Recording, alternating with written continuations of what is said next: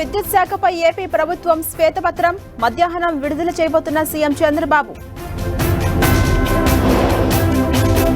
వ్యవసాయ రుణాలు, సంక్షేమ పథకాల అమలుపై బాబు ఫోకస్. నేడు రాష్ట్ర స్థాయి బ్యాంకర్ల కమిటీతో భేటీ. ఈ నెల 22 నుంచి ఏపీ అసెంబ్లీ సమావేశాలు 5 రోజుల పాటు నిర్వహించే అవకాశం.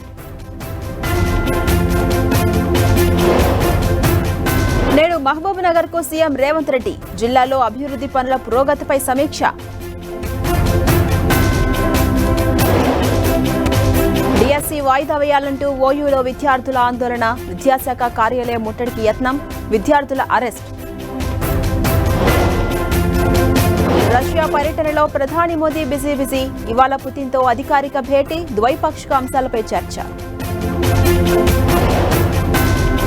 జార్ఖండ్ సీఎం హేమంత్ సోరెన్ కు షాక్. బెయిల్ పై సుప్రీంలో సవాల్ చేసిన ఈడీ.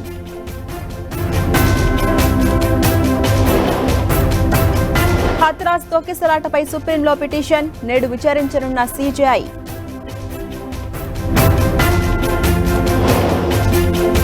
ముంబైను ముంచెత్తిన భారీ వర్షాలు. 24 గంటల పాటు ముంబైలో రెడ్ అలర్ట్.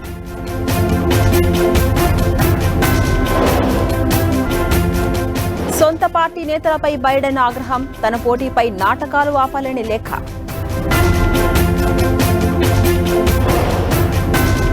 నేడు బల్కంపేట ఎల్లమ్మ కళ్యాణ మహోత్సవం. అన్ని ఏర్పాట్లు చేసిన ఆలయ అధికారులు.